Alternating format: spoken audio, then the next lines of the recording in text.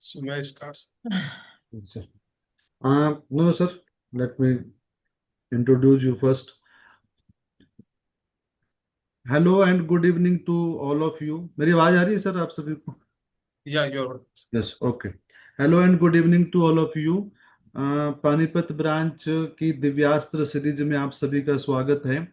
और हम लोग जो है ये फर्स्ट टाइम दिस टेन्योर में वेब लेक्चर सीरीज शुरू करी है, जिसमें हमारे पास क्या है कि कई बार हम लोग जो है सिर्फ इनकम टैक्स और जीएसटी पे ही कंसंट्रेट करते हैं, लेकिन हमें कुछ वैल्यू एडिशन देने के लिए, क्योंकि आज हमारा जो क्लाइंट है, लगभग हर क्लाइंट के नॉन में कोई ना कोई फॉरेन सेटल है, कोई ना कोई किसी कंट्री में सेटल है, या वहां से कोई इनकम जनरेट कर रहे हैं.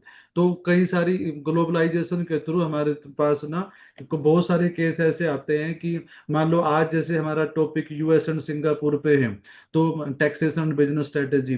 तो वहां पर अगर हम बिजनेस या कंसल्टेंसी स्टार्ट करते हैं, वहां के लोगों को कंसल्टेंसी देते हैं, तो किस तरीके से हम उन क्लाइंट को हैंडल करेंगे. तो उस चीज के वेबिनार के लिए आज हमारे साथ मौजूद हैं मिस्टर रवि कुमार, सी रवि कुमार जी. तो सर आपका स्वागत है पानीपत ब्रांच के प्लेटफॉर्म पर. और सभी पार्टिसिपेंट को भी मैं धन्यवाद देना चाहूंगा कि हम आज ये फर्स्ट वेब लेक्चर है जिस पर हम सभी जुड़े हैं. तो मैं थोड़ा सा इंट्रोड्यूस करना चाहूंगा रवि सिंगला जी को, कि रवि सिंगला जी बेसिकली हिसार से हैं और chartered accountant with 5+ year of experience, specializing in US taxation, compliance, and strategic tax planning. Extensive experience in US tax return form 1040, 1120, 1120S, and many more. And international reporting, strong exposure to cross-border tax planning, entry structuring, and optimization of global tax positioning for corporate and HNI. तो बहुत सारी की skill भी हैं. तो मैं चाहूंगा कि हम, क्योंकि ऑलरेडी हम 10 to 11 मिनट लेट हैं, तो सर स्ट्रेट अवे फॉरवर्ड करना चाहूंगा आपकी तरफ. तो रवि जी आपका स्वागत है, और सभी पार्टिसिपेंट का भी स्वागत है पानीपत ब्रांच के फर्स्ट लेक्चर पर, फर्स्ट वेब लेक्चर पर. And over to you Ravi Singla sir. Thank you, sir. Thank you, everyone, for joining. So, my voice is clear. I just want to ask one thing: whether I should yes go for both mix English and Hindi, and only with English. Sir, mix mix जरा चलेगा Sure. Sir. Sure. Good evening, everyone. I would like to thank by expressing my sincere gratitude to Chairman of ICI Panipat Branch, Inspecting Management Committee, and all the dignitaries present here today for giving me the opportunity to speak on US and Singapore taxation.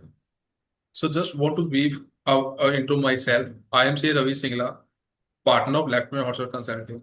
I specialization in global business setup across the globe. I have opened more than 400 companies across the globe like US, UAE, Singapore, UAE. So we are handling all the compliances and tax strategy structure. So I just want to deliver, I just want to transfer this knowledge to you as well so that you can also start this practice as well. So today we are going to discuss two of the world most business destination, that is US and Singapore. हर मोड़ ਦੇ ਉੱਤੇ main highway ਆ. So both countries attract entrepreneurs, investors, MNC corporations, and professionals across the globe. Right. Charanjit sir, can you please mute yourself? जी sir.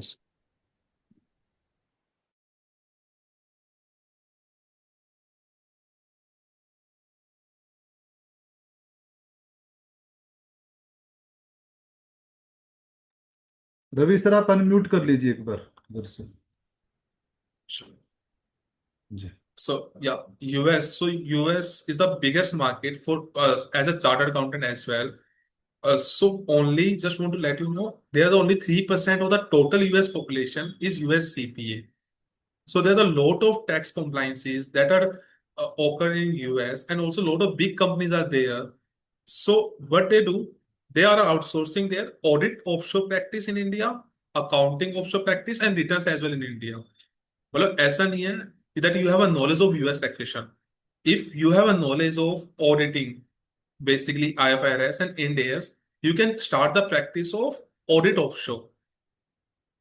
So similarly, in Singapore, Singapore is not a offshore market, but Singapore is the hub for the investment market.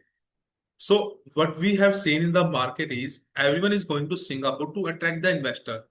What they do, Singapore में wholly owned company बनाते हैं, subsidiary in either in Dubai और in India और other world wide country. So जब उनको whenever they are attracting the investor, वो अपनी जो वैल्यूएशन है वो सिंगापुर कंपनी से करते हैं. Why? Dividend is not taxable in Singapore, capital gain tax is not taxable in Singapore. इसी लोग majority are going the Singapore. If you ask me the Dubai or Singapore, which one is better? So Singapore is far much better because it is regulatory state, regulatory country. मतलब आप देखो वहां पे taxation नहीं है. मैं अगर as a investor आप purchase the securities of Singapore company, if I sell in future मेरे मिलियंस ऑफ भी यूएसडी भी टैक्स वो प्रॉफिट है, then also there is zero tax on capital gain. Similarly dividend भी जीरो टैक्स है वहां पे. सो the both countries, now coming from the point that both countries US Singapore, इन दोनों की टैक्स फिलोसफीज अलग अलग है. US follows a world wide taxation system. For example, if I am the US citizen, मेरी पूरी वर्ल्ड की income US में tax होगी. So similarly like in India as well, जैसे इंडिया में ग्लोबल इनकम टैक्स होती है, सिमिलरली इन यूएस आपकी ग्लोबल इनकम टैक्स होती है. बट द थिंग इज, अगर मैं 5 साल से यूएस में नहीं रह रहा, if I am the green card holder of the US, then also मेरी यूएस की वर्ल्ड वाइड इनकम मेरी यूएस में टैक्स होगी. But I can claim the certain exemptions and other things. But Singapore क्या फॉलो करते, this a territorial taxation system. अगर मैं वहां पे कोई इनकम अर्न मैंने सिंगापुर में की है और either receive in Singapore, then it is taxable in Singapore. So throughout the seminar, what we understand is understand the major tax concept, what are the taxation in both the country, what are the professional opportunities, क्या entity structure वहां पे offer कर सकते हैं और कैसे हम target कर सकते हैं वहां पे वहां के सीपीएस को या वहां के local market. So now coming on the next slide. So we have divided the seminar into 3 part.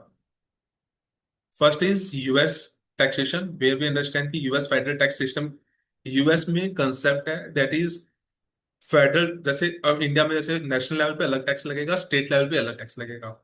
Similarly in US there is a 2 type of taxation.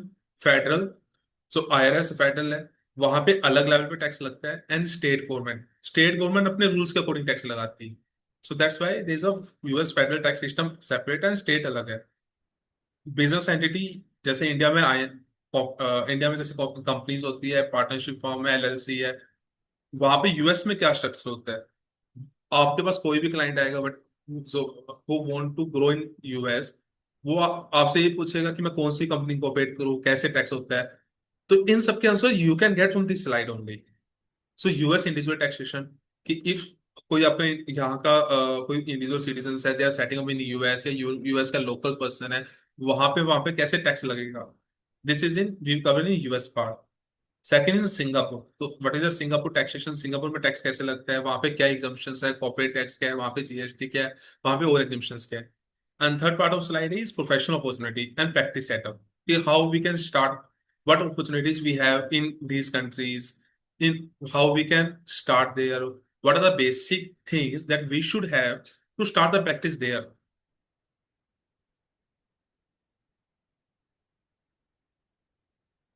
Yeah, so let's start with the US tax. So US is the one of the most complex tax structure in the world. US को क्यों difficult मानते हैं, that's same thing that I have already told you that कि US में taxation होता है, federal अलग tax करते हैं, स्टेट अलग टैक्स करते हैं, बल्कि वहां पे जो लोकल कम्युनिटी, लोकल जो गवर्नमेंट है, फॉर एग्जांपल यहाँ पंचायत होती है, म्युनिसिपल कॉर्पोरेशन होते हैं, उनका भी अलग टैक्सेशन है. तो वहां पे not only two, we can say three. तो लोकल जो गवर्नमेंट है, लोकल जो वहां की जो पार्टी है, they can also levy the taxation. And second is business entity. They are the numerous business entity, for example C corp, INC, LLC. So काफी सारे बिजनेस एंटिटी है. हम उनको डिटेल बाय डिटेल एक एक एंटिटी देखेंगे कौन कौन सी होती है, ओवरव्यू लेंगे बेसिकली, एंड अंडरस्टैंड कि किस में कैसे टैक्स होता है. तो सम ऑफ द जैसे एलएलसी होती है वहां पे, आईएनसी होती है, तो LLC can be further categorise into S corp, C corp. आपने माइट भी, आपके कुछ क्लाइंट होंगे, यू माइट हर्ड। पार्टनरशिप भी होती है। सिमिलरली वहां पे होता है इंडिविजुअल इनकम टैक्सेशन। और वहां पे टीआरसी और सिटीजन के क्या रूल है, this we all cover in US taxation slide. So basically कैसे होता है the US federal tax system? First is at federal level, and second at is state level, third at is local level. So federal level पे IRS, IRS like Indian income tax department, वहां पे IRS है जो administer करती है federal tax को। It applies to all the US citizens, residents and business. ये किस किस पे अप्लाई होता है? सबसे पहले टैक्स, कोई भी यूएस सिटीजन है। यूएस सिटीजन कौन? Who is born in US, जो यूएस में बर्थ है जिसका, या उनके पेरेंट्स का बर्थ है, तो ऑटोमेटिकली यूएस सिटीजनशिप मिल जाती है उनको, तो उन पे अप्लाई होता है। जिनके पास ग्रीन कार्ड होल्डर है, फॉर एग्जांपल इंडियंस है, वो वहां पे सेटल्ड हो गए in US and they have green card holder, वो भी मेरे यूएस के फेडरल टैक्स में कवर हो जाएंगे। वहां के रेजिडेंट्स, मैंने कोई कंपनी वहां पे इंकॉर्पोरेट की है, मतलब कोई भी बिजनेस हम वहां पे सेटअप कर रहे हैं, तो वो यहाँ पे कवर हो जाएंगे। तो आप कोई भी, जैसे यूएस में 50 स्टेट्स है, आप किसी भी स्टेट में रहो, फेडरल टैक्स आप पे सेम लगेगा, सेम लेवल ऑफ रूल्स लगेंगे। ये आपके लिए इनडिफरेंट है कि आप कोई भी स्टेट में रहो। सेकंड होता है state level tax.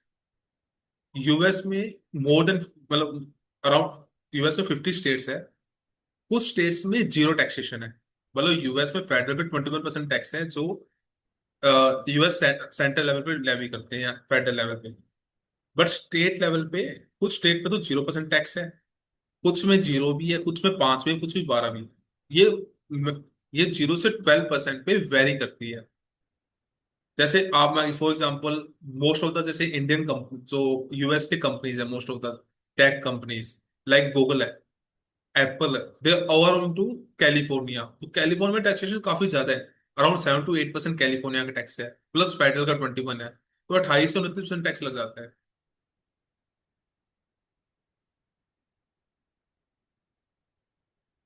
And third one is state tax. So this is local level tax.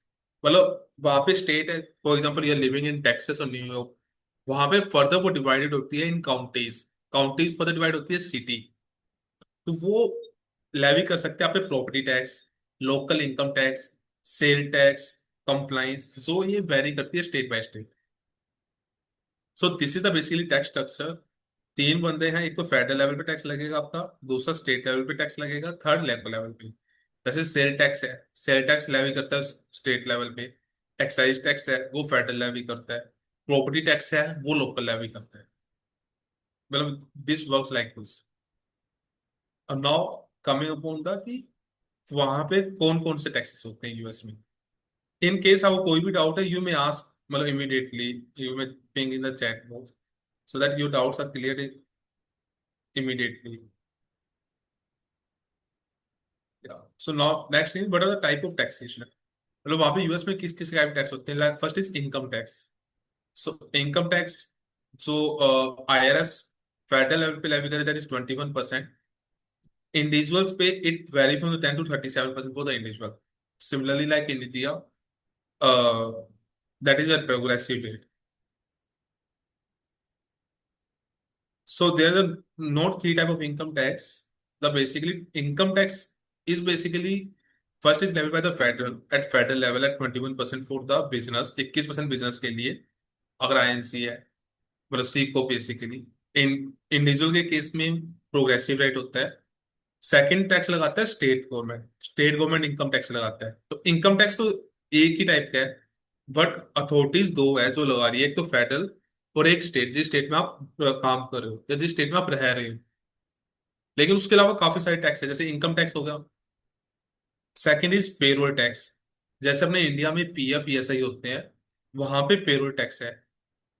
So social securities like PF, जहाँ पे आप पीएफ इंडिया में डिपॉजिट करवाते हैं, वहां पे 6.2 एम्प्लॉय डिडक्ट करता है, 6.2% एम्प्लॉय कॉन्ट्रीब्यूट करता है, तो टोटल 12.5% हो गया। मेडिकेयर 1.45, 1.55, एनआईटी सरचार्ज, मतलब ये सारे सब मेडिकेयर का सब पार्ट होता है। तो ये वहां पे पेरोल टैक्स है, ये एडिशनल होता है। सिमिलर लाइक इंडिया में पीएफ हम डिपॉजिट करवाते हैं, सिमिलर वहां पे पेरोल टैक्स है। सिमिलरली अगर मैं इन्वेस्टमेंट कर रहा हूँ तो कैपिटल गेन टैक्स है, लेकिन वहां पे कैपिटल गेन टैक्स पे एग्जम्पशंस है काफी सारी। मतलब अगर आपने 1 साल से ज्यादा होल्ड किया तो लॉन्ग टर्म है, इंडिया में भी सेम रूल है। 1 साल से कम शॉर्ट टर्म है। शॉर्ट टर्म वाली आपकी टैक्स होगी आपके ऑर्डिनरी टैक्स रेट पे, जैसे इंडिया में स्लैब रेट पे होती है वैसे ही शॉर्ट टर्म इंडिया में सेम रेट पे होगी यूएस में। अगर लॉन्ग टर्म आपकी, तो ये अगर आपका कैपिटल गेन स्पेसिफाइड उन्होंने लिमिट दे रखी है, अगर आपका 100,000 1 लाख यूएसडी से कम है, 1 से 2 लाख है या 2 लाख से ज्यादा है ऐसे, तो उस पे टैक्स लगेगा कहीं पे 0%, 15%, 20%, ये स्लैब रेट के अकॉर्डिंग लगता है। ये है आपका wealth transfer, estate and gift transfer. India में गिफ्ट टैक्स, जैसे इंडिया में अगर हम गिफ्ट देते हैं एज गिफ्ट टैक्स नहीं है, बट जो रिसीव कर रहा है उस पे वो इनकम में काउंट हो जाता है। अगर वो स्पेसिफाइड लिमिट 50,000 रुपीज से ज्यादा है तब। Similarly in US there is a estate and gift tax, but यहाँ पे जो गिफ्ट दे रहा है उस पे टैक्स लगता है। या मंजे I think you are saying something, ये how is rejection decided by the way to register of physical office. So, Amanja, I will reply your questions after completing these 3 points. I will let you know in detail. मतलब basically कि आप सारे you will all get to understand कि concept क्या था US में। So या excise and wealth excise estate and gift tax. So US में क्या कंसेप्ट है, तो जो गिफ्ट दे रहा है उस पे टैक्स लगेगा। मतलब नोट, अगर मैंने गिफ्ट रिसीव किया तो मेरे पे टैक्स नहीं लगेगा, जो गिफ्ट दे रहा है उस पे टैक्स लगता है। लेकिन यूएस में जो लिमिट है गिफ्ट टैक्स अप्लाई होगा जिसने दिया है डोनर पे, वो काफी ज्यादा है। It's more than 15 million USD every, 15 million USD life time limit. So 15 million USD से अगर मैंने ज्यादा गिफ्ट दिया है तभी गिफ्ट टैक्स लगेगा, अदरवाइज जीरो है। सो मोर देन 70% जो पर्सन है वो इसी लिमिट से बाहर आते हैं तो टैक्स लगता ही नहीं यूएस में। इसके अलावा यूएस ऐसा कंसेप्ट है, फॉर एग्जाम्पल आपने गिफ्ट दिया 1 लाख यूएसडी, तो पहले तो 19,000 की एनुअल रिडक्शन मिलती है एनुअल लेवल पे पर रेसिपिएंट बेस पे, तो 19,000 आपका ये लेस हो जाएगा। देन टैक्स बचा 81,000 गिफ्ट जो मैंने दिया है, जो टैक्स लग सकता है। ये 81,000 मैं 15 मिलियन की जो लाइफ टाइम लिमिट है इससे लेस कर सकता हूँ, तो ये मेरे पास एक्साइज एंड गिफ्ट टैक्स की limit is far more than, so tax लगता ही नहीं है। Third is sale and use tax, like in India GST, in Singapore GST, in Canada HST. So similarly US we use to say sale and use tax. ये depend करता है 0 से 7.25%, ये state to state vary करता है। The thing is in US there is a destination based tax. मतलब अगर मैं फॉर एग्जांपल इंडिया के अकॉर्डिंग अगर मैं हरियाणा में बैठ रहा हूँ, मैं गुड्स सेल कर रहा हूँ इन दिल्ली, अगर मेरी दिल्ली की टर्नओवर 2 लाख यूएसडी से ज्यादा होगी तब मुझे दिल्ली में जीएसटी रजिस्ट्रेशन लेना पड़ेगा और वहां पे की गवर्नमेंट को सेल टैक्स देना पड़ेगा। ये कंसेप्ट है यूएस में, that is destination based tax. Next है एक्साइज टैक्स। सिमिलरली जैसे इंडिया में भी एक्साइज टैक्स लगा हुआ है कुछ प्रोड्यूस, वहां पे उन्होंने एक्साइज टैक्स लगाते हैं ऐसे प्रोडक्ट जो हार्मफुल, दे थिंक हार्मफुल है, और कुछ काफी रेगुलेटेड आइटम्स है like tobacco, alcohol, telephone, certain health care product इसीलिए। So these are basically overview the type of taxes that are basically in US. So in day to day life you may see in future कि ये taxes होते हैं, you may आपको सुनने को मिलेगा whenever you start practicing US. So yeah, there was a one doubt of Aman ji, क्या jurisdiction कैसे डिसाइड होती है। फॉर एग्जाम्पल मैंने फेडरल तो मेरा 21% टैक्स ले रहा है, अब कौन सा स्टेट मेरे पे राइट रखता है टैक्स करने का, वो कैसे डिसाइड होगा। अगर मेरी कंपनी है, मैंने जिस स्टेट में कंपनी इंकॉर्पोरेट की है वो स्टेट में पे राइट राइट कर सकती है। बट वहां पे यूएस में एक कंसेप्ट है, मैंने कंपनी ओपन की है मान लो टेक्सास में, मैं न्यूयॉर्क में जाके बिजनेस कर रहा हूँ, तो न्यूयॉर्क गवर्नमेंट ये कहती है कि आप हमारी स्टेट में आके बिजनेस कर रहे हो, आपको हमारे यहाँ पे लाइसेंस लेना पड़ेगा और आपको यहाँ पे टैक्स देना पड़ेगा। तो जितनी मैंने सेल न्यूयॉर्क में करी है वहां की अगर लिमिट, फॉर एग्जांपल अगर वहां के $2.5 लाख से ज्यादा की लिमिट है, तो वो अगर लिमिट क्रॉस हो जाती है तो मुझे न्यूयॉर्क में भी वहां का लाइसेंस लेना पड़ेगा, न्यूयॉर्क में $2.5 लाख का जो प्रॉफिट बनता है वो मुझे न्यूयॉर्क में टैक्स देना पड़ेगा। उसको कहते हैं मल्टी स्टेट अपॉर्शनमेंट मेथड। मतलब फॉर एग्जाम्पल मैं इंडिया में हूँ, मैं हरियाणा में किससे, मैं पंजाब में गुड्स सेल कर रहा हूँ, पंजाब गवर्नमेंट ये कहेगी आपने हमारी स्टेट में गुड सेल किए हैं, आपने यहाँ पे प्रॉफिट कमाया है, आप पंजाब में लाइसेंस लो, और जो पंजाब में सेल की है उसके प्रॉफिट आप हमें टैक्स दो। वैसे वहां पे यूएस में कंसेप्ट है। So another doubt Aman ji, I think your doubt is resolved.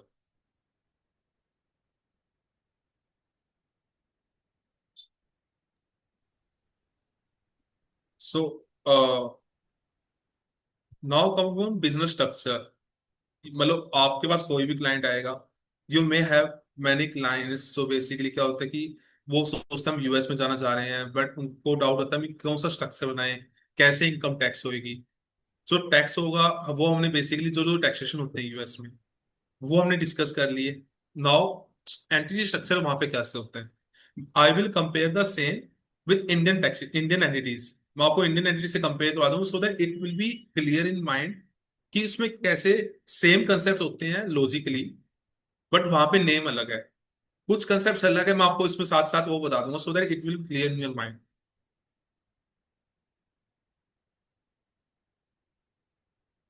So first is sole proprietor. Sole proprietor concept जैसे इंडिया में बेसिकली इंडिविजुअल बंदा खुद बिजनेस कर रहा है, इंडिविजुअल बंदा जैसे बिजनेस कर रहा है, वहां का इंडिविजुअल बंदा वो बिजनेस कर रहा है, सेम कंसेप्ट हम सोल प्रोप्राइटर कहते हैं। तो ये कंसेप्ट वैसे है। Second is general partnership. जैसे इंडिया में अपनी पार्टनरशिप फॉर्म होती है, पार्टनरशिप एग्रीमेंट बनाएंगे, पार्टनरशिप फॉर्म बनाते हैं, हर पार्टनर्स की लाइबिलिटी अनलिमिटेड होती है। सिमिलरली वहां पे यूएस में there is a concept general partnership, उनको वहां पे जनरल पार्टनरशिप कहते हैं। Third one is LLC, limited liability company. जैसे इंडिया में एलएलसी है अपनी, सिमिलरली वहां पे एलएलसी, इंडिया में जैसे एलएलपी है, सॉरी, लिमिटेड, वहां पे सेम कंसेप्ट है एलएलसी का। सेम कंसेप्ट है, लिमिटेड पार्ट, लिमिटेड लाइबिलिटी होती है, वैसे ही मेंबर होते हैं। जैसे इंडिया में पार्टनर होते हैं वहां पे मेंबर्स होते हैं। बिल्कुल सेम कंसेप्ट है, जैसे कैपिटल कितना कंट्रीब्यूट करेंगे, बिल्कुल सेम चीजें। जैसे इंडिया में एलएलपी चलती है वहां पे एलएलसी चलती है। सो एलएलसी ये सेम है। LLP and LLP, this is limited partnership. ये काइंड ऑफ एलएलसी को ही एलएलपी कहते हैं, limited partnership. Both are the same thing, but अलग से आप एलपी भी अप्लाई कर सकते हो, एलएलसी अप्लाई कर सकते हो, टैक्सेशन भी सेम है, सब कुछ सेम है। बट लिमिटेड पार्टनरशिप, इसमें क्या कंसेप्ट होता है, इसमें एक पार्टनर की लायबिलिटी अनलिमिटेड होती है, बाकी सबकी लिमिटेड होती है, लिमिटेड। बट इसमें सबकी पार्टनर, सबकी लायबिलिटी लिमिटेड होती है, ये कंसेप्ट है। एलएलसी के बाद में ये स्ट्रक्चर आता है एस कॉर्पोरेशन, सी कॉर्पोरेशन। सो मैं आपको बताता हूँ बेसिकली। एक होता है सिमिलरली एलएलसी के अलावा वहां पे आईएनसी। जैसे इंडिया में कंपनीज होती है अपनी, private limited company, public company, वहां पे हम कहते हैं आईएनसी।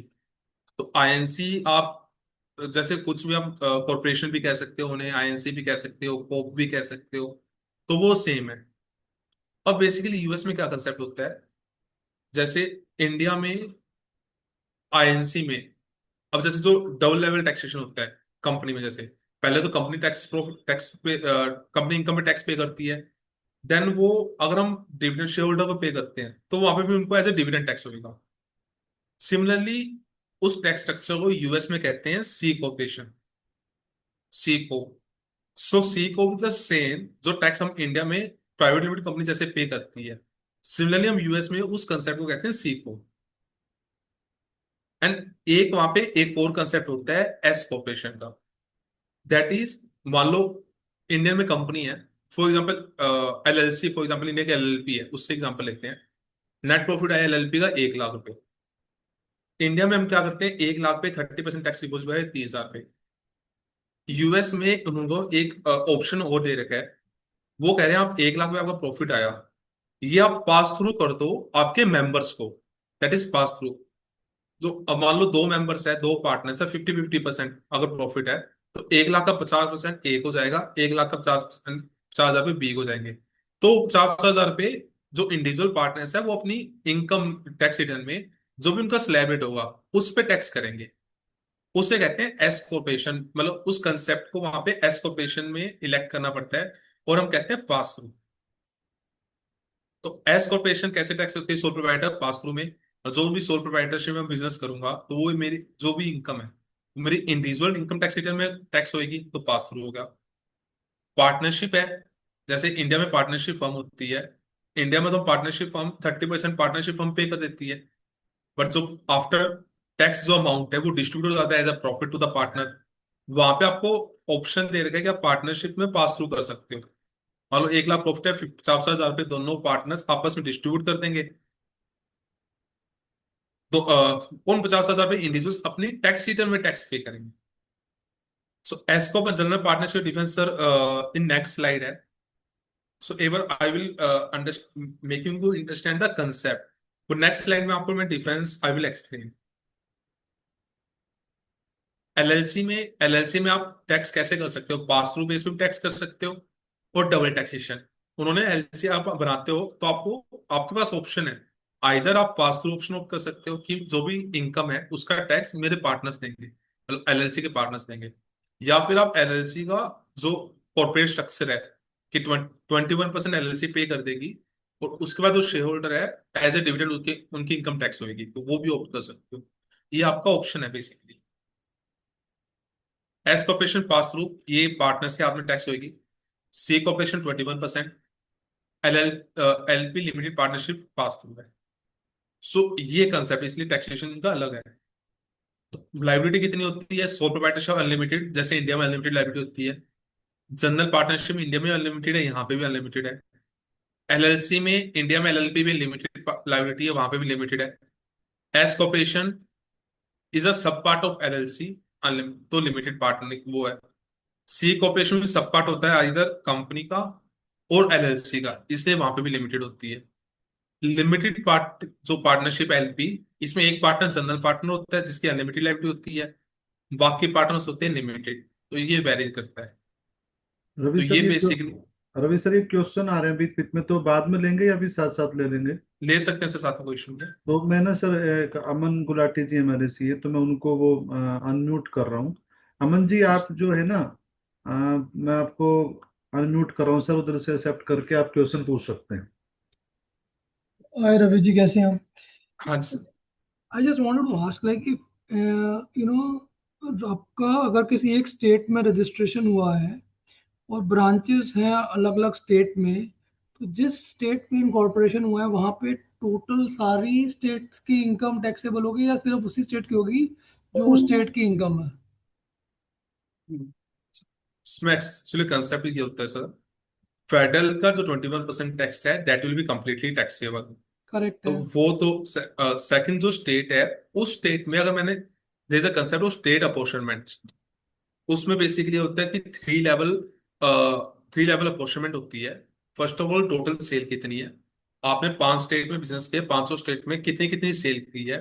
हम्म। सेकंड होता है पेरोल, आपका टोटल पेरोल एक्सपेंस कितना है, and how much employees you have hired in total in 500 states में। फॉर एग्जांपल आपने कितने कितने एम्प्लॉइज हायर किए हैं, कितने कितने आपके पेरोल एक्सपेंस है। Third is basically properties, how much plant and equipments you have, how much properties you have. तो 500 स्टेट्स में कितनी बाइफिकेशन करनी होती है along with the plant and machinery. तो इन तीनों की जो परसेंटेज आएगी उसका एवरेज होता है, देन वो 500 स्टेट में अपॉर्चमेंट हुई।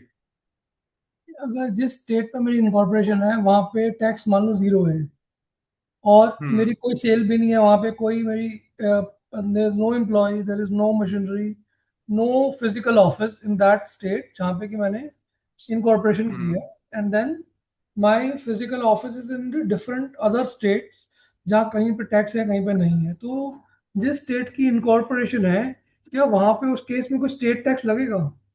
सो आपको you are liable to take the multiple states, आपको परफॉर्मेंस लाइसेंस लेना होगा और देन आपको मल्टीपल स्टेट की रिटर्न फाइल करनी होगी। If you are not filing the multi state returns and आप ओनली उस स्टेट की रिटर्न फाइल करना चाह रहे हो, देन आपको टैक्स लगेगा, अदरवाइज नहीं लगेगा।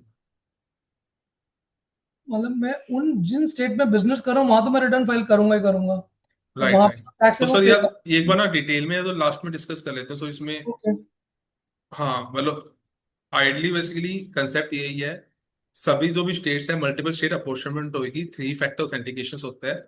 First is based on the sales, कि आपने कितनी सेल्स की है, outside sale inside sales. Second is based on the payroll. Third is based on the equipments, basically fix assets. इन बेस पे जो भी परसेंटेज आएगी उसका एवरेज आउट होता है, देन उस बेस पे हर स्टेट में मेरा नेक्सस क्या है, वहां पे उस बेस पे नेक्सस डिफाइंड होगा वहां पे कितनी सेल अपॉर्चुनिटमेंट है, जो मेरी वैल्यू आएगी प्रॉफिट एलोकेशन, उस पर टैक्स लगेगा। And out of these structures that you're discussing, which one is the kind of most taxed, and what is the least taxed structure? सो मैं वो बताता हूँ सर आगे वाले स्लाइड्स में। Okay. हाँ अमन जी, लास्ट में क्वेश्चन आंसर थोड़ा डिटेल में ले लेंगे। या तो सर ये कर सकते हैं, मैसेज साथ साथ में मतलब मैसेज डाल देंगे, जो चीज साथ में कवर होती है वो साथ में कवर कर लेंगे, अदरवाइज हाँ मैसेज आ रहे हैं सर मेंबर के, तो रिक्वेस्ट है सभी से कि लास्ट में अच्छे से, तब एक बार टॉपिक पूरा हो जाए ना, तो फिर नहीं तो यस। टॉपिक रह जाएगा हमारा। No ठीक है, problem. Thank you. Aman ji आप म्यूट कर लेना सर उधर से। Sure. ठीक है, okay sir, continue please. So the thing is, yeah, upon next slide.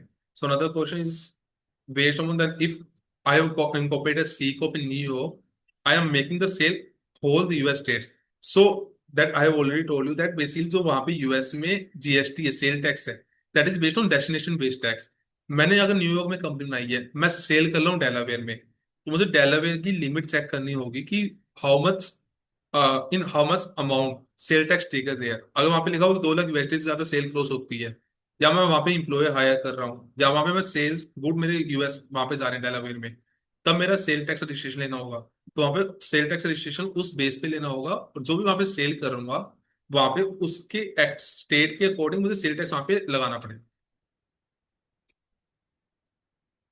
So next is coming upon the LLC. So here we discuss in detail what is LLC. So LLC is similarly like LLP in India, limited liability company. We have to basically we have to file the same along with the state. So US में क्या concept है, आपको federal level पे company incorporation नहीं करवानी होती। जिस state में आप कंपनी इंकॉर्पोरेट करना चाह रहे हो, 50 स्टेट्स है, उस स्टेट्स के पास आप जाओगे कि we want to incorporate the company in US state, तो वो स्टेट आपको लाइसेंस इशू करेगी। बट उससे आप पूरे यूएस में बिजनेस कर सकते हो, वो कोई इशू नहीं है, बट स्टेट बाय स्टेट आपको अलग लाइसेंस मिलता है। टैक्सेशन ऑप्शन एक कंसेप्ट है, अगर यूएस में अगर आप एलएलसी है आपकी, अगर आपने कंपनी बना ली एलएलसी, एक पर्सन भी एलएलसी इंकॉर्पोरेट कर सकता है यूएस में। मतलब कोई क्राइटेरिया नहीं है, एक सिंगल पर्सन वही डायरेक्टर बन सकता है, सॉरी प्रेसिडेंट बन सकता है, डायरेक्टर नहीं कहता, director in the case of INC इसमें प्रेसिडेंट होता है, वही प्रेसिडेंट बन सकता है, वही शेयर होल्डर बन सकता है।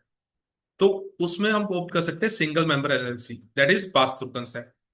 वो सेम जैसे सोल प्रोप्राइटरशिप की इनकम टैक्स होती है ना, वैसे टैक्स होएगी। अगर 2 पार्टनर है तो मैं as a partnership structure opt कर सकता हूँ, वो भी पास थ्रू कंसेप्ट होता है कि 50-50 जो भी इनकम है वो दोनों पार्टनर अपनी इनकम टैक्स रिटर्न में इंक्लूड करके टैक्स रिटर्न फाइल करें। कैन टैक्स एस्कोप, तो इसमें जो टैक्स है वो सेम लगता है, बट कंडीशंस अलग अलग होती है, अलग अलग बेनिफिट होते हैं, वो काफी डिटेल कंसेप्ट होता है। Third is C corp is like a private company in India, कि 21% में एलएलसी पे कर देगी जो भी प्रॉफिट है, उसके बाद मैं डिस्ट्रीब्यूट करूंगा तो डबल टैक्सेशन लगेगा। तो this is the concept of taxation. So self employment tax, जो भी बेसिकली अगर मैं सिंगल मेंबर एलएलसी है और जो भी प्रॉफिट होता है उसमें 15.3% एससी सेल्फ एम्प्लॉयमेंट टैक्स पे करना पड़ेगा। ये एक नया कंसेप्ट है यूएस में। और मान लो एज अ सोल प्रोप्राइटर मैं इंडिया में बिजनेस कर रहा हूँ, तो मुझे ऐसा नहीं है कि मुझे पीएफ ईएसआई 6% पीएफ और ईएसआई है, मुझे गवर्नमेंट डिपॉजिट करने की कोई नीड नहीं होती। बट यूएस में क्या कह रहे हैं, अगर आप सोल प्रोप्राइटर हो, बिजनेस कर रहे हो, या आपकी पासों से इनकम आ रही है, तो आप 6.2%, आप ये मानोगे आप ही इंप्लॉयर हो, आप ही इंप्लॉई हो, तो 6.2% आपकी जो भी नेट प्रॉफिट आया है उस पर आप डिडक्ट करोगे और गवर्नमेंट को डिपॉजिट कराओगे, और 6.2% इंप्लॉयर आप कॉन्ट्रीब्यूट करोगे, तो ये आपका 15.3 का टोटल खर्चा आपको इस पर देना पड़ेगा। तो ये भी आपकी एडिशनल कॉस्ट है। Third is liability protection. तो वहां पे जो भी लाइबिलिटी है लिमिटेड होती है, मतलब no one can claim the amount more than your asset that you have in LLP. Similarly जैसे अपने इंडिया में होती है, तो कोई भी आपकी पर्सनल लाइबिलिटी नहीं होगी, कॉर्पोरेट की लाइबिलिटी होती है और लिमिटेड लाइबिलिटी होती है। सो टैक्स स्ट्रक्चर वहां पे कैसे हो गया, तो single member LLC that is sole proprietor, multi member that is pass through, scope, ये भी सेम टैक्सेशन सेम होता है वैसे पास थ्रू बेस पे। इसमें डिफरेंसेस काफी अलग होते हैं, वो इन इन फ्यूचर आगे वाली स्लाइड्स में, upcoming slides we can see. Next is C को। तो यहाँ पे ऐसा नहीं है, अगर आपने एलएलसी बना ली तो आप एक मतलब आपको एलएलपी की तरह टैक्स करना पड़ेगा, कैसे भी टैक्स करना पड़ेगा, आपके पास ऑप्शन है। आप चारों में से कोई भी ऑप्ट कर सकते हो। और ऐसा में ही नहीं है, आपने एक बार ऑप्ट कर लिया तो आप चेंज नहीं कर सकते। एक बार आपने ऑप्ट कर लिया देन आप उसके बाद भी चेंज कर सकते हो। मतलब इंडिया में मैंने एक प्राइवेट लिमिटेड कंपनी बना ली, बट मैंने कंपनी बना ली तो मुझे टैक्स पे करना ही पड़ेगा 25%। मेरे पास कोई ऑप्शन नहीं है, या मुझे कंपनी बंद करवा के एलएलपी ओपन करनी पड़ेगी अगर मैं दूसरा टैक्स सेक्टर ऑप्ट करना चाहता हूँ। बट यूएस में सबसे बड़ी लीनियंसी ये है, आपने एलएलसी बना ली ना, आपकी मर्जी है, आप कैसे भी टैक्स कर सकते हो। एक बार आपने ये टैक्स ऑप्ट कर लिया, उसके बाद हमें फ्यूचर में लगा कि नहीं मुझे नहीं आ रही, मुझे सी को मतलब मुझे 21% टैक्स पे करना है, तो आप ये वाला ऑप्ट कर लो सी को। तो ये आपके पास ऑप्शन है यूएस में। एडवांटेज क्या, आप कोई भी टैक्सेशन ऑप्ट कर सकते हो, इजिली फॉर्म हो जाती है। इसमें कोई मिनट्स वगैरह की कुछ भी रिक्वायरमेंट नहीं है, कॉर्पोरेट कंप्लाइंस नहीं है, बिकॉज ये नॉर्मल पार्टनरशिप टाइप फॉर्म होती है। चार्जिंग ऑर्डर प्रोटेक्शन, अपनी लाइबिलिटी लिमिटेड है तो कोई इशू नहीं है। इसमें इश्यूज क्या आते हैं, एक तो सेल्फ एम्प्लॉयमेंट टैक्स, सो मुझे यहाँ पे 15.3% पे करना होता है। अगर मैंने पास थ्रू इनकम है, मेरी सिंगल मेंबर एलएलसी है, तो मुझे टैक्स पे करना पड़ेगा 15.3%। Annual state fees.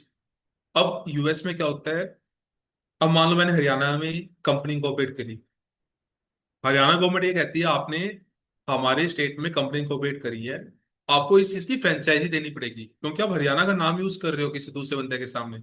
आप यूएस के सामने यूज कर रहे हो मैं हरियाणा में कंपनी इंकॉर्पोरेट कर रखी है, तो वो फ्रेंचाइजी टैक्स का कंसेप्ट यूएस में भी होता है। तो वो एनुअल आपको स्टेट फीस देनी होती है।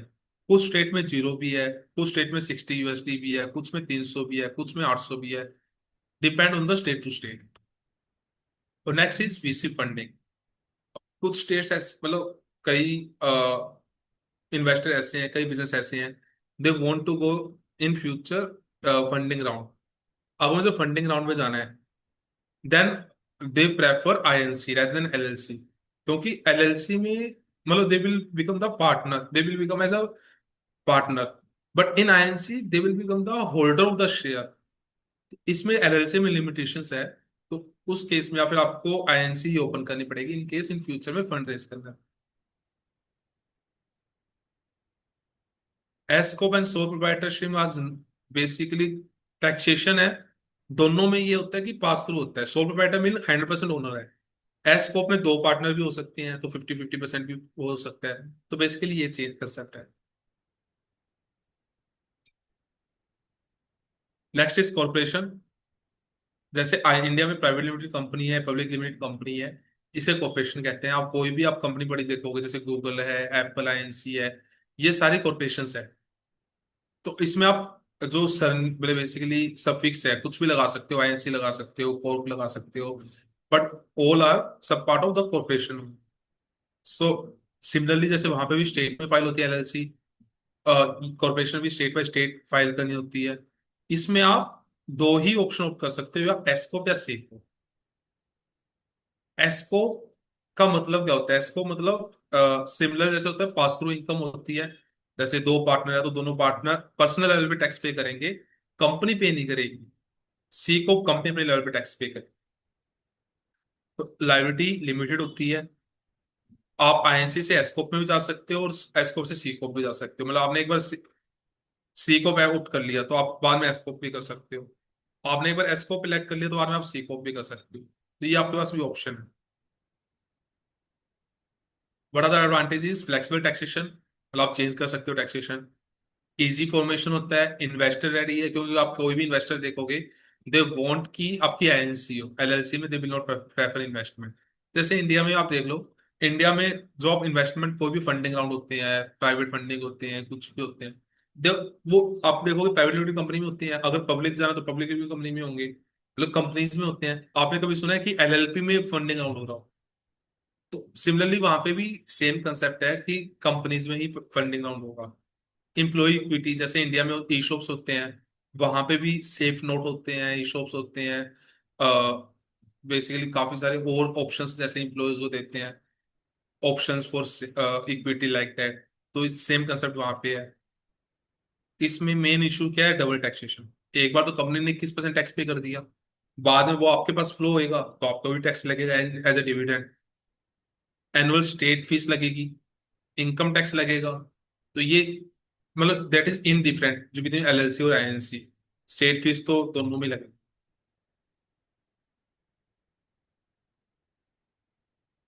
Any doubt till yet? You may ping me. You may ping in the group actually.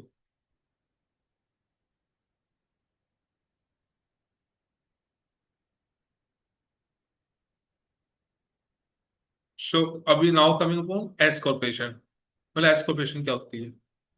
So S corporation basically tax structure होता है। मैं अगर एलएलसी बनाऊं या मैं आईएनसी, दोनों में मैं S corporation tax structure opt कर सकता हूँ। बट एस कॉर्पोरेशन ऑप्ट कौन कर सकता है? उसमें सारे जो भी ऑप्ट कर सकते हैं, मतलब बेसिकली उसमें क्या रिस्ट्रिक्शन होती है? मैक्सिमम 100 शेयर होल्डर होने चाहिए। ओनली यूएस सिटीजन्स है वो ऑप्ट कर सकते हैं। सिर्फ 1 लाख स्टॉक होता है, खाली वो ऑप्ट कर सकते हैं। ये पास थ्रू होता है जो हमने पहले डिस्कस किया था। जो पार्टनरशिप बेसिकली, जो पार्टनरशिप टैक्स स्ट्रक्चर सिमिलरली यहाँ पे होता है। पेरोल है, यहाँ पे क्या होता है, पेरोल टैक्स नहीं लगता। अब आप सोचो what is the difference between the S corporation और पार्टनरशिप। एस कॉर्पोरेशन पे जो पेरोल टैक्स है 15.3%, ये यहाँ नहीं लगता, बट वो पार्टनरशिप में लगता है। इसीलिए जो भी यूएस सिटीजन है वो क्या प्रेफर करते हैं? एस कॉर्पोरेशन प्रेफर करते हैं rather देन पार्टनरशिप, क्योंकि पार्टनरशिप पे तो टैक्स लगेगा, self employment tax, but S corporation में देना नहीं। What are the compliance requirement? इसकी भी एनुअल आती है, 1120 एस एनुअली आती है। शेड्यूल के 1 अगर इशू करना होता है, शेड्यूल के 1 इज रिपोर्ट होती है कि आपने कितनी इनकम अर्न करी, आप अपनी पर्सनल टैक्स में कितनी इनकम टैक्स करो। That is pass through concept.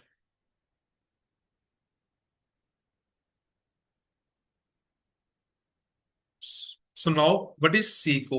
अब सीको क्या होता है? जैसे एसकोप था, कॉर्पोरेशन या तो एसकोप हो सकती है, सीको हो सकती है। सीको में 21% टैक्स लगेगा। लेकिन यहाँ पे टैक्स का इशू क्या है मेन?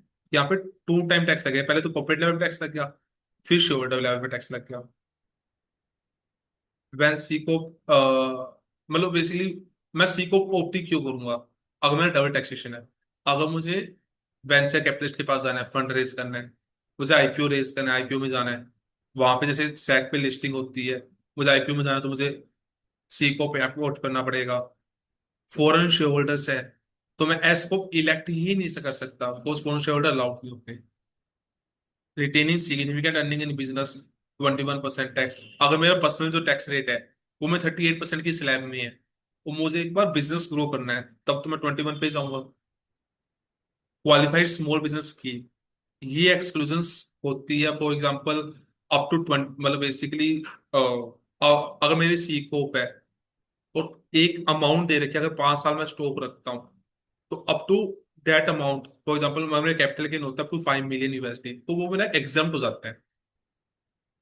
सो इसके लिए ऑप्ट कर सकता हूँ। मुझे इंटरनेशनल एक्सपेंशन करना है तो टीटी बेनिफिट अवेल करना है, तो उसमें भी काफी ये सी कोऑपरेशन सही रहता है।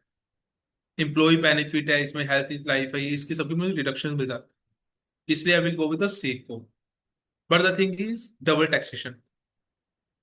क्योंकि अगर मैं 5 लाख का प्रॉफिट है, पहले तो मैंने 21%, 1,05,000 यहाँ पे किया, मेरा नेट प्रॉफिट बच गया 3,95,000। अब मैं एज अ शेयर होल्डर को डिक्लेयर करूंगा तो उनकी जो स्लैब रेट है, मतलब 0% से 38%, तो उनके हाथ में भी टैक्स लग जाएगा, तो यहाँ पे डबल टैक्सेशन होता है। इसलिए सी कोप के फायदे भी है, नुकसान भी है। सिमिलरली लाइक इंडिया, कि हम प्राइवेट लिमिटेड कंपनी ओपन करते हैं, but there is benefit to open the company there in India, that's why we are open the company. Otherwise हम भी एलएलपी बना लेते, इंडिया में एलएलपी बनाते ताकि सिंगल लेवल ऑफ टैक्सेशन लगता है। Any doubt till yet?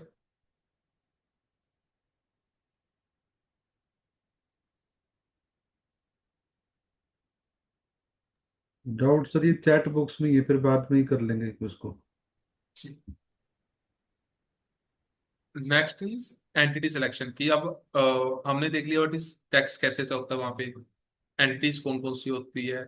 तो अब हम ये सारी एक स्लाइड हमने मतलब रिप्रोड्यूस की है कि जैसे सोल प्रोप्राइटर है, एंटिटी पे टैक्स नहीं लगता, एलएलसी के केस में भी नहीं लगता, एस कोप में नहीं लगता, सी कोप में टैक्स लगेगा 21%, पार्टनरशिप पे भी नहीं लगता। जी, अगर जो एंटिटी पे टैक्स नहीं लगेगा वो तो पास थ्रू, ये पास थ्रू है। कि ये इंडिविजुअल की पर्सनल इनकम टैक्स रिटर्न में एज ए इनकम कंसिडर होगा, तो वहां पे टैक्स पे करना पड़ेगा। Self employment tax, sole proprietor, LLC, यहाँ पे ये सारा उसके हो गया टैक्स सेविंग बेसिकली। मेरी जो सेल्फ एम्प्लॉयमेंट टैक्स है 15.3%, तो मेरा यहाँ पे नहीं लगेगा, टैक्स सेविंग होगी, बट यहाँ पे लगेगा, यहाँ पे मेरा सेव ही नहीं होगा। एस स्कोप में लगेगा नहीं, तो सी को पे एप्लीकेबल नहीं है। तो यहाँ इन दोनों केस में मेरा ये सोल मतलब सेविंग है 15.3% की, और बाकी सब में मेरा ये लगेगा। लाइबिलिटी प्रोटेक्शन, लाइबिलिटी में सब में प्रोटेक्ट होती है। सोल प्रोवाइडर में अनलिमिटेड लाइबिलिटी है। पार्टनरशिप के केस में अनलिमिटेड भी हो सकती है, लिमिटेड भी हो सकती है। इन्वेस्टर फ्रेंडली कौन सी है? सी कोप है। स्टॉक ऑप्शंस मेजरली सी कोप में जाते हैं। एलएलसी केस में कुछ कुछ केस में रेयर केस होते हैं, बट मेजोरिटी सी कोप में जाते हैं। फॉर्मेशन कितनी है? मतलब कॉम्प्लेक्स है, but not as complex as in India, India से इजी है। ऑनगोइंग कॉम्प्लाइंस भी कुछ ज्यादा नहीं है, मीडियम कॉम्प्लाइंसेस है, नथिंग। इस लाइन में बेसिकली कंप्लीट जो भी हमने पढ़ा है अभी कि टैक्स कैसे होता है, कौन कौन सी एंटिटीज होती है, वो सारा आपको इस स्लाइड में करूंगा।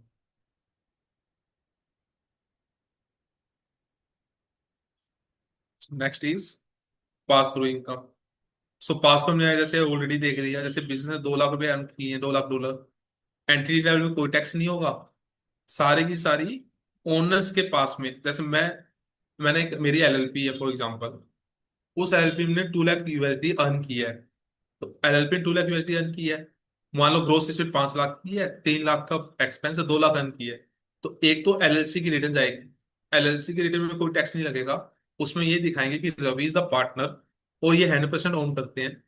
तो अभी जब मैं रिटर्न भरूंगा, मेरी पर्सनल टैक्स रिटर्न जाएगी, उसमें मैं 2 लाख मेरी इनकम टैक्सेबल दिखाऊंगा, और उसमें जो भी मेरा स्लैब रेट होगा यूएस में, उसके अकॉर्डिंग वो टैक्स लगेगा। That is pass through concept. तो टैक्स रेट बेसिकली 10 to 37% है, लेकिन up to 20% straight away income deduction मिल जाती है। क्वालिफाइड बिजनेस इनकम डिडक्शन कहते हैं वहां पे। तो उसमें क्या होता है, जो भी आपकी इनकम है उसका स्ट्रेट अवे 20% आपका डिडक्शन क्लेम हो जाएगी, और 80% पे टैक्स लगेगा। और सी कॉप के केस में ये होता है, 2 लाख अर्न करिए आपने, 21% टैक्स लग गया। 1,18,000 प्रॉफिट है, डिविडेंड जब पे करेंगे तो शेयर पे करना पड़ेगा, तो यहाँ पे डबल टैक्सेशन। लेकिन वहां पे यूएस में भी ये कंसेप्ट है, जैसे इंडिया में भी है 80M का।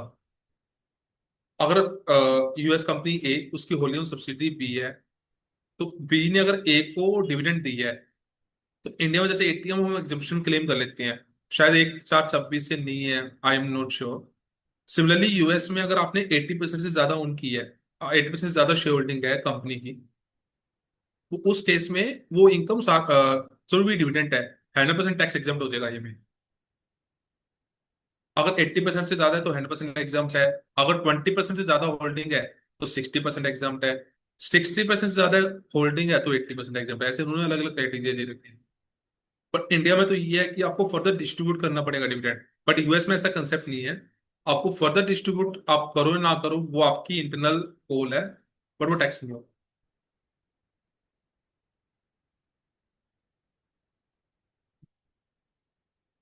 सो this is the basically individual taxation में। जैसे इंडिया में अपने वो स्टैंडर्ड डिडक्शन होती है, जैसे सैलरी के केस में, सैलरी के केस में 50,000 75,000 स्टैंडर्ड डिडक्शन है स्टेट अभी। सिमिलरली यूएस में क्या कंसेप्ट है, अगर आप, सबसे पहले तो रिटर्न मैं आपको बताता हूँ, जैसे यूएस में कैसे हम रिटर्न फाइल कर सकते हैं एज अ सिंगल। मतलब अगर मैं एज ए इंडिविजुअल, मैं as a single return tax file कर सकता हूँ। वहां पे एक और ऑप्शन होता है मैरिड फाइलिंग जॉइंटली का। अगर हस्बैंड वाइफ स्पाउस वो दोनों एक साथ रिटर्न फाइल करना चाहते हैं, तो वो दोनों की एक साथ रिटर्न जा सकती है। वहां पे उस कंसेप्ट को कहते हैं एमएफसी। लेकिन अगर वो मैरिड है और अलग अलग रिटर्न फाइल कर रहे हैं, उस कंसेप्ट को कहते हैं मैरिड फाइलिंग सेपरेटली। और third is head of house hold. जैसे इंडिया में होता है कर्ता, एचयूएफ के केस में जैसे कर्ता होता है, वैसे वहां पे कंसेप्ट है हेड ऑफ हाउस होल्ड का।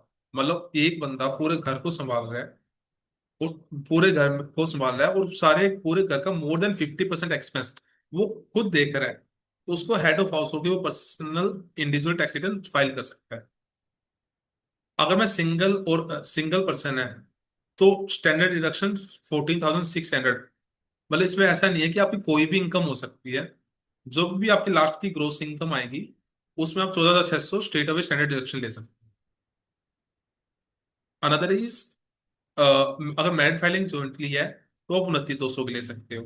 हेड ऑफ हाउस लो तो आप ले सकते हो 21,900 की। लेकिन अगर आप एज आपकी 50 ईयर 65 ईयर से ज्यादा है या ब्लाइंड है तो ये आपको एडिशनल मिलेगी इन एडिशन टू दिस। एक यूएस में कंसेप्ट है, या तो आप स्टैंडर्ड डिडक्शन लो, या अगर आपकी ये आइटमाइज डिडक्शन ज्यादा है, you have your own choice. Either you can claim the standard deduction or itemized deduction, whichever is more. वैसे वहां पे अगर आपने इंटरेस्ट पे किया है आपके घर के लोन पे आप ले सकते हो। अगर आपने स्टेट और लोकल टैक्स पे किया अप टू 10,000 वो ले सकते हो। चैरिटेबल कंट्रीब्यूशन हो गया, मेडिकल एक्सपेंस हो गया, थेफ्ट लॉस और कैजुअलिटी लॉस हो गया। अगर आपने ये सब कुछ किया हुआ है तो आप उसकी आइटमाइज डिडक्शन क्लेम कर सकते हो। तो आइधर आप इस पे जा सकते हो स्टैंडर्ड डिडक्शन पे, या ये विच एवर इज मोर। ऐसी individual tax return filing date क्या होती है? 15 अप्रैल। पार्टनरशिप भी होती है 15 मार्च। जो भी पास थ्रू वाली रिटर्न्स है, that is partnership pass through है, एस्को पास थ्रू है, इनकी तो होती है 15 मार्च। सी को भी होती है 15 अप्रैल, इंडिविजुअल की होती है 15 अप्रैल।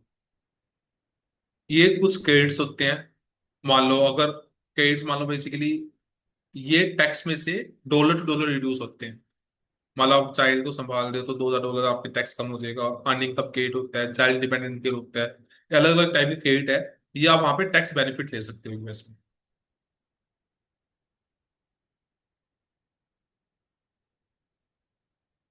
सो this is the basically business deduction. आप क्या क्लेम कर सकते हो वहां पे? घर के खर्च में होम एक्स में आपने आपके घर पे ऑफिस बना रखा है तो आप उस चीज का वो क्लेम कर सकते हो। हेल्थ इंश्योरेंस क्लेम कर सकते हो। बिजनेस डेप्रिसिएशन होता है, व्हीकल के एक्सपेंस आप एक्चुअल क्लेम कर सकते हो। रिटायरमेंट प्लान्स के एक्सपेंस होते हैं, बिजनेस मील्स एंड ट्रेवल। वहां पे होता है कि इंडिया में जैसे आप ऑफिस एक्सपेंस के अगर आपने कोई खर्चा किया, होटल में आप गए हो खाना खाया है, इंडिया में तो आप कंप्लीट डिडक्शन ले सकते हो। बट यूएस में आप 50% मील की ले सकते हो। लेकिन आपने अगर कोई एंटरटेनमेंट पर्पज के लिए किया है तो 0% मिलती है।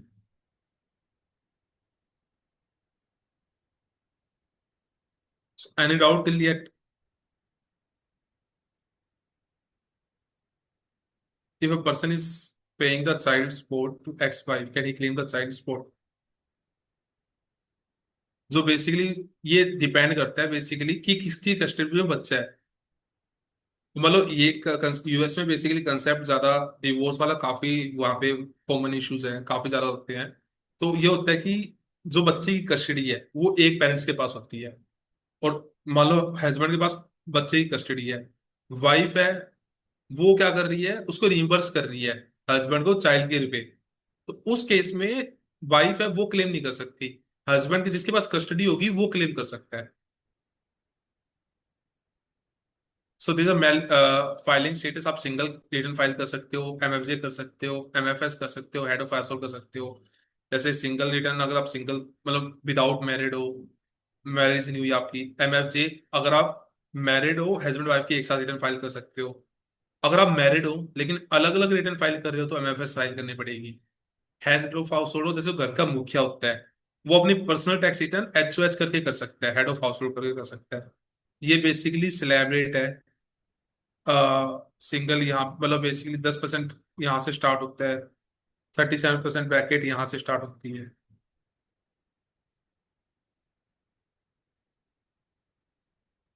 ये फाइडल टैक्स रेट स्लैब रेट है। ये सिंगल फाइल, अगर मैं रिटर्न सिंगल फाइल कर रहा हूँ तो मेरी ये स्लैब रेट है 0 से 11, 225, 10%। ये अलग अलग स्लैब रेट है। अगर एमएफजे करता हूँ तो ये इसकी डबल हो जाती है, इंटू में 2। एमएफजे में भी लोग क्यों जाते हैं? इसीलिए जाते हैं, फॉर एग्जाम्पल वाइफ की इनकम कम है अगर हस्बैंड की ज्यादा है तो उनको डबल टैक्स रेट का स्लैब मिल जाता है, तो उनको टैक्सेशन कम लगता है, डबल आपको एग्जाम्पशन मिल जाती है, डबल टैक्स क्रेडिट मिल जाता है। So child support paid is limited 2,000 USD, child support paid is 1,500। How we can claim? So it's not amount कि आपने कितना अमाउंट पे की है। मतलब अगर आपके दो डिपेंडेंट्स है, दो चाइल्ड है, दोनों डिपेंडेंट्स है, तो आप उसकी नॉर्मल चाइल्ड आप उसको नॉर्मल चाइल्ड क्रेडिट क्लेम कर सकते हो। It's not based on the expanding amount. इसमें ये 2,000 क्लेम कर सकते हो, 1750 अगर आपका टैक्स रिफंड बनता है तो 1700 पर चाइल्ड आप टैक्स रिफंड क्लेम कर सकते हो।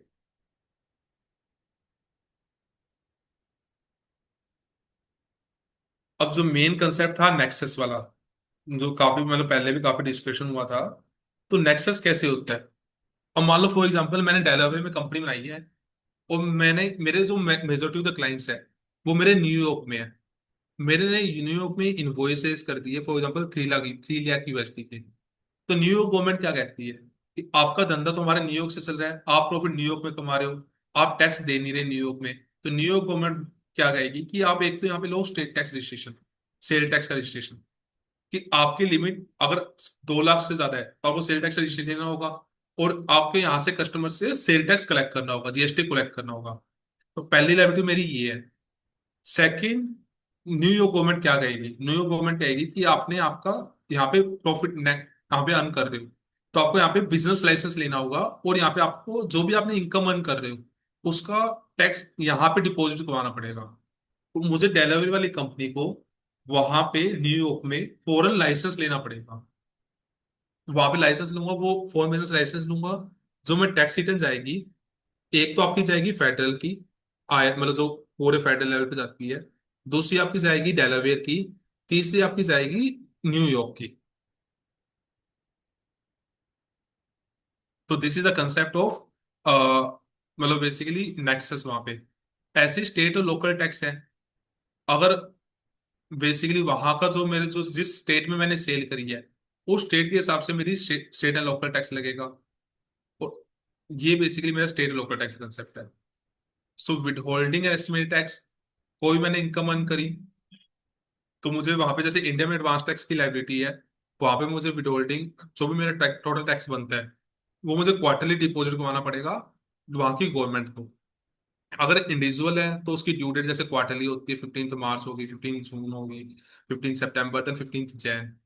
अगर कंपनी है तो थर्ड मंथ में, सिक्स मंथ में, नाइन्थ मंथ और 12th मंथ। तो बेसिकली ये कंसेप्ट होता है। यूएस में क्या है कि आप जो भी आपका टैक्स ईयर है वो आपकी मर्जी, आप कोई भी सिलेक्ट कर सकते हो। मतलब आप फाइनेंशियल ईयर भी सिलेक्ट कर सकते हो, आप कैलेंडर ईयर भी सिलेक्ट कर सकते हो, आप कोई भी और भी पीरियड सिलेक्ट कर सकते हो। इवन आप ये भी सिलेक्ट कर सकते हो 58 वीक्स का स्टार्ट हो, 58 वीक्स का मेरा टैक्स ईयर होएगा जो स्टार्ट होगा फर्स्ट वीक ऑफ सितंबर से। आप ऐसे भी सिलेक्ट कर सकते हो। तो सबसे lenient इस चीज में यूएस है। हाँ, हालांकि आप सिंगापुर में भी कोई भी टैक्स स्ट्रक्चर ऑप्ट कर सकते हो, उसके अलावा यूके में भी कर सकते हो, बट इंडिया में आपने फ्रीज कर रखा है कि इंडिया में आप फाइनेंशियली ऑप्ट कर सकते हो। So payroll tax compliances that we have discussed, deduction credits, तो बेसिकली आप रेंट है, सैलरी है, सॉफ्टवेयर ट्रैवल, ये सारे आप डिडक्शंस क्लेम कर सकते हो। अब कंसेप्ट आता है फॉरेन एसेट डिस्क्लोजर। जैसे इंडिया में होता है कि आपकी कोई भी एसेट अगर इंडिया से बाहर है तो आपको आपके टैक्स रिटर्न में डिक्लेयर करना होगा। अगर आपने कोई भी इंडियन बंदा है, उसने इंडिया से बाहर कोई कंपनी इंकॉर्पोरेट करी है या 10% से ज्यादा इक्विटी शेयर होल्डिंग है, तो उसको ओडीआई करवानी पड़ेगी। आरबीआई कॉम्प्लाइंस हो गया। उसको एनुअली एपीआर फाइल करनी होगी, एफएलए फाइल करना होगा अगर कोई कॉर्पोरेट ने शेयर होल्डिंग बाहर ले रखी है। सिमिलरली वहां पे ये कंसेप्ट है फॉरेन अकाउंट डिस्क्लोजर का। तो वहां पे बेसिकली अगर 10,000 यूएसडी से ज्यादा अकाउंट बैलेंस है यूएस के बाहर, तो आपको एफ बार जाना होता है। 65,000, 1 लाख यूएसडी अगर है तो 8938 जाता है, फटका जाता है जिसे हम कहते हैं। अगर यूएस की किसी ने सब्सिडी बना रखी है, मान लो इंडिया में सब्सिडी है, तो 547 जाता है। ऐसे ओवरसीज इनकम की रिपोर्टिंग होती है, जैसे मुझे एफटीसी क्लेम करना है तो 1616 जाएगा। तो ये काफी रिक्वायरमेंट फॉर्म है। अगर आपने ये फाइल नहीं की है तो हर फॉर्म की पेनल्टी, किसी की 10,000 यूएसडी पर फॉर्म है, किसी की 25,000 यूएसडी पर फॉर्म है। तो ये काफी ध्यान रखने वाली चीज है। So basically brief idea I've given about the US taxation. किसी को भी कोई डाउट है, you may ask about US.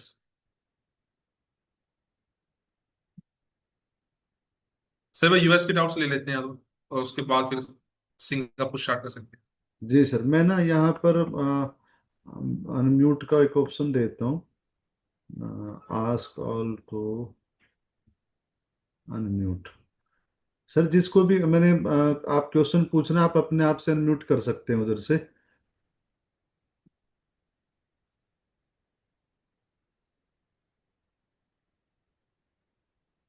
उसके बाद सिंगापुर टैक्सेशन पे चर्चा करेंगे।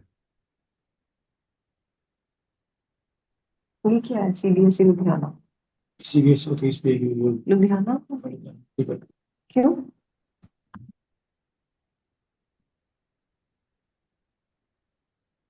किसी का कोई क्वेश्चन है अभी?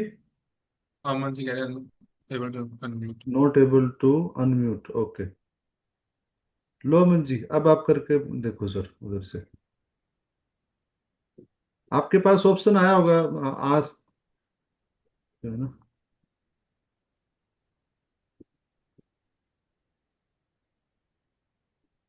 रवि जी क्वेश्चन पूछता हूँ मैं इन बिटवीन, जब जी तक सर। अमन जी ज्वाइन करते हैं। जैसे इसमें आपने बताया तीन स्ट्रक्चर हैं, नंबर है फेडरल, स्टेट और हम्म लोकल लेवल। तो क्या हमें हम्म तीनों ही टैक्स देने पड़ेंगे? जैसे फेडरल का आपने 21% बताया, राइट। फिर स्टेट का एक्स अमाउंट कुछ रहा होगा, उतना देना सर पड़ता है। बेसिकली क्या कंसेप्ट होता है, देखो अगर आप जिस स्टेट में कंपनी बना रहे हो उस स्टेट का आपको फेडरल का 21% आपको पे करना ही पड़ेगा, और उस जी स्टेट का भी जो टैक्स रेट है वो आपको पे करना होता है। लेकिन काफी सारी स्टेट ऐसी होती है जो टैक्स एग्जेम्प्ट होती है। फॉर एग्जाम्पल डेलावेयर है, डेलावेयर में टैक्स नहीं है। ओके। आप टेक्सास में जाओगे, टेक्सास में जीरो टैक्स है। फ्लोरिडा में जीरो टैक्स है, व्योमिंग में जीरो टैक्स है। तो ऐसे सारी काफी सारी स्टेट्स ऐसी है जिसमें जीरो टैक्स है। लेकिन कई बार ऐसी रिक्वायरमेंट हो जाती है, फॉर एग्जाम्पल मेरा क्लाइंट कैलिफोर्निया में है। मान लो आपको कोई क्लाइंट, मतलब जो किसी का जी क्लाइंट कैलिफोर्निया में है, तो कैलिफोर्निया आपको कंपनी बनानी पड़ेगी। राइट। तो उस स्टेज में आपको सिक्स सिक्स पॉइंट समथिंग वहां पे टैक्स है वो पे करना पड़ेगा। तो ऐसे कंसेप्ट है। टैक्स लेकिन काफी नहीं बैठ जाएगा ऐसे, काफी मतलब टैक्सेशन। 21+7 हो गया ना सर, 28% लगभग हो जाएगा। ओके, इसके अलावा फिर आप कह रहे स्टेट वो भी लोकल टैक्स भी देना पड़ेगा। सॉरी कौन सा? Local tax third sir number में। लोकल टैक्स है ना, इनकम टैक्स नहीं है। लोकल टैक्स जैसे प्रॉपर्टी टैक्स हो गया, जैसे उस टाइप के टैक्स होते हैं। तो वो बिजनेसेस में नहीं लगते। अगर मतलब अगर आपने कोई वहां पे प्रॉपर्टी एक्वायर कर रखी है, आपने प्रॉपर्टी का बिजनेस ले, तो प्रॉपर्टी का टैक्स लगेगा, वो प्रॉपर्टी को ओनर को देना पड़ेगा। और जी आपने सेकंड बताया 10%, 37% तक एक स्लैब बताया आपने। जैसे मैं हम्म आपने एग्जाम्पल लिया कि मैं एलएलपी इंडिविजुअल में चला रहा हूँ, और उसमें हम्म मेरा 5 करोड़ रुपए का प्रॉफिट आ गया, तो वो मैंने 5 करोड़ के थ्रू अपनी इंडिविजुअल में ले लिया है। तो हम्म मुझे 5 करोड़ रुपए टैक्स देना पड़ेगा, और वो 10, तो उसमें फिर वो बेनिफिट देखना पड़ता होगा कि यदि हम एलपी में जाते तो हमें क्या टैक्स देना पड़ेगा, और हम इंडिविजुअल में जाते तो वो भी ऑप्शन होता है। सर बेसिकली ना देखो, अगर सिंपल सी बात ये है, देखो ये अपने को एनालाइज करना पड़ेगा। अगर देखो अगर 5 करोड़ आपका प्रॉफिट है, अगर मैं एलएलपी को सी को भी लैग करता हूँ तो एलएलपी 21% टैक्स दे देगी। 5 करोड़ का 21% वहां दे देंगे। तो वहां से जो बंदा ओनर है वो विड्रॉ करेगा तो भी टैक्स लग जाएगा। फर्स्ट केस तो ये हो गया। सेकंड, अगर मैं उसको पास थ्रू में जाता हूँ, वो हम्म। 5 करोड़ इंडिविजुअल के हैंड में उसके स्लैब रेट के हिसाब से टैक्स हो जाएगा। बट ऐसा नहीं है सर, मतलब बेसिकली कि एवरी ईयर आप चेंज कर सकते हो। मतलब आप वो तो एनालाइज करके एक बार सिलेक्ट करना होता है, उसके बाद में मान लो कुछ, जैसे अगर आप कुछ में अगर आप जैसे सी कोप से एस कोप जाते हो तो 5 साल की लिमिट रख रखी है उन्होंने। और एवरी टाइम अपने को अप्रूवल लेनी होगी आईआरएस से, जब अपने को टैक्स स्ट्रक्चर चेंज करना है। ओके। मतलब ऐसा नहीं है कि आप टैक्स रिटर्न फाइल से पहले आप ऑप्ट कर सकते हो। ईयर आपको एंड पे, पहले ईयर एंड पे कर सकते हैं सिलेक्ट। ईयर एंड, आपको पहले अप्रूवल लेनी चाहिए सर, अप्रूवल लेने के बाद ही आप कर सकते हो। ठीक, done, thank you. Regarding sales tax US, जो सेल्स टैक्स है बिजनेस टू बिजनेस सेल के ऊपर, तो सेल टैक्स वहां पे है या वहां पे business to business sale tax नहीं है? Business to business sale tax है वहां पे। जो वहां पे क्या है यूएस में, मतलब business to business sale tax लगेगा आपका। जो आप बात करें ना बिजनेस बिजनेस सेल टैक्स नहीं है, वो है यूरोप में कंसेप्ट, ईयू में है। हाँ। तो वहां इफ यू से मैं यूरोप में क्या कंसेप्ट है, इफ द थिंग इज, अगर मैंने इंपोर्ट किया यूरोप में, फॉर एग्जांपल मैंने जर्मनी में मेरे बिजनेस कंपनी है, मैंने इंपोर्ट कर लिया जर्मनी में गुड्स। मैंने at the time of import, for example मैंने वैट दे दिया वहां का 5%। उसके बाद अगर मैंने किसी भी बिजनेस वाले को, मैंने यूरोप में, पूरे यूरोप में किसी भी कंट्री में मैंने किसी को भी वो गुड्स भेजे हैं और वो उसके पास वैट नंबर है, तो जीरो टैक्स लगे। वो कंसेप्ट जो आप बता रहे हो वो यूरोप में है, not in US.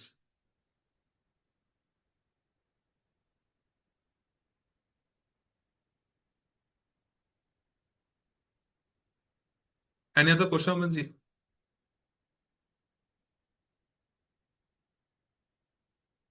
So GST in India, वहां पे सेल एंड यूज टैक्स है।